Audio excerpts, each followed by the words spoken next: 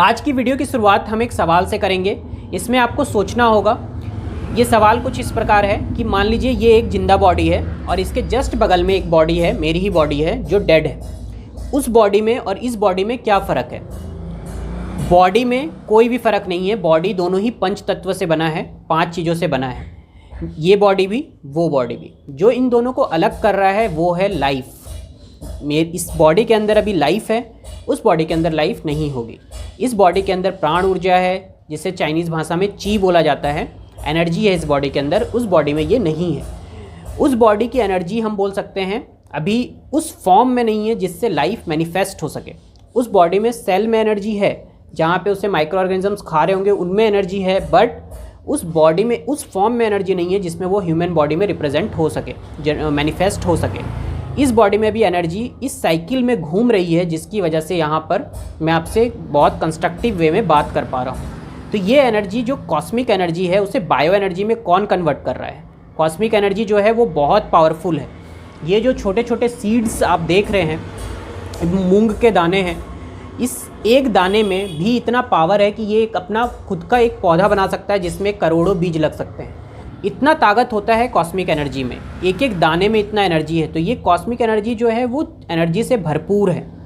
तो इस cosmic energy को हमारी बॉडी, जो ह्यूमन बॉडी है, वो डायरेक्टली कंज्यूम नहीं कर सकती। इसके लिए हमारे बॉडी में कॉस्मिक एनर्जी को कन्वर्ट करने के लिए कुछ सिस्टम है। उस सिस्टम में ये जो हमारा मिड लाइन है, यहाँ पर 7 चक्रास हैं। ये 7 चक्रा कॉस्मिक एनर्जी को बायो एनर्जी में कन्वर्ट करते हैं।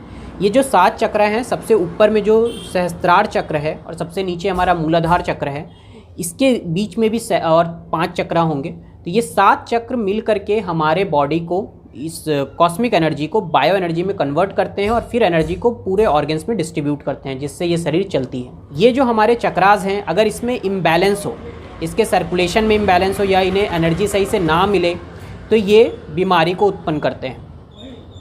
जब हम इमोशनल होते हैं, इमोशन का मतलब ही ये होता है कि एनर्जी इन मोशन। जब एनर्जी मोशन में होती है उसे इमोशन बोलते हैं। तो अगर हम इमोशनल बहुत ज़्यादा होते हैं, बहुत ज़्यादा दुखी रहते हैं, स्ट्रेस रहते हैं, या फिर हम बहुत ज़्यादा खुश रहते हैं, तो इसकी वजह से हो सकता है हमारे चक्रास पे इसका असर पड़े। और ये चक्रास पे असर पड़ने की वजह से हमारे शरीर में बीमारियां आती हैं। फॉर एग्जांपल, अगर हम थायराइड चक्र का बात करें, जो यहाँ पर हमारा होता है विशुद्धि चक्र जिसे बोलते हैं, तो इस चक्र में इम्बैलेंस की वजह से हमें थायराइड से रिलेटेड प्रॉब्लम्स आएंगे, लंग्स से रिलेटेड प्रॉब्लम्स आएंगे।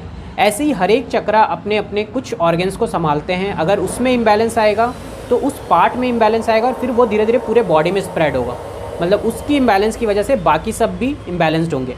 अगर हमने रूट कॉज को खोज के उसे ठीक कर दिया तो बाकी सब भी अपने आप ठीक हो जाएंगे। अब इसका मेन पार्ट है डायग्नोसिस। अगर हमने डायग्नोसिस करना सीख लिया तो हम चक्रास को भी बैलेंस करना सीख जाएंगे। सबसे ऊपर वाला जो चक्र है, सहस्त्रार चक्र, ये सबसे पावरफुल चक्र होता है, इसलिए इसका कलर वाइट भी हम बोल सकते हैं। और जैसे विवग्योर, इंद्रधनुष में 7 रंग होते हैं, तो वायलेट कलर भी हम इसका बोल सकते हैं। वाइट कलर क्यों? क्योंकि वाइट कलर में 7 रंग होते हैं, तो इसका वायलेट कलर हो गया। इसके बाद जो अजना चक्र है, इसका कलर होता है इंडिगो। इसी तरीके से blue, green, yellow, orange, red, इन सब चक्रों का अपना रेस्पेक्टिव ग्लैंड भी होता है हमारे बॉडी में। जैसे पहला सहस्त्रार चक्र का पिनियल ग्लैंड, फिर इसके बाद वाले चक्र का पिट्यूटरी ग्लैंड, फिर थायराइड ग्लैंड, इसी तरीके से थाइमस ग्लैंड, फिर पैनक्रियाज होता है, और उसके बाद फिर हमारा sexual ovaries and testis, and the last one is मूलाधार चक्र में हमारा एड्रेनल ग्लैंड। तो इस तरीके से 7 चक्रास 7 ग्लैंड्स को संभालते हैं, कंट्रोल करते हैं। इनके इम्बैलेंस की वजह से बीमारियां हमारे बॉडी में आती हैं। नेक्स्ट क्लास में अब हम पढ़ेंगे ये क्रिएशन एंड डिस्ट्रक्शन साइकिल के बारे में, जो 5 एलिमेंट थ्योरी है उस पे बेस्ड है। Thank you.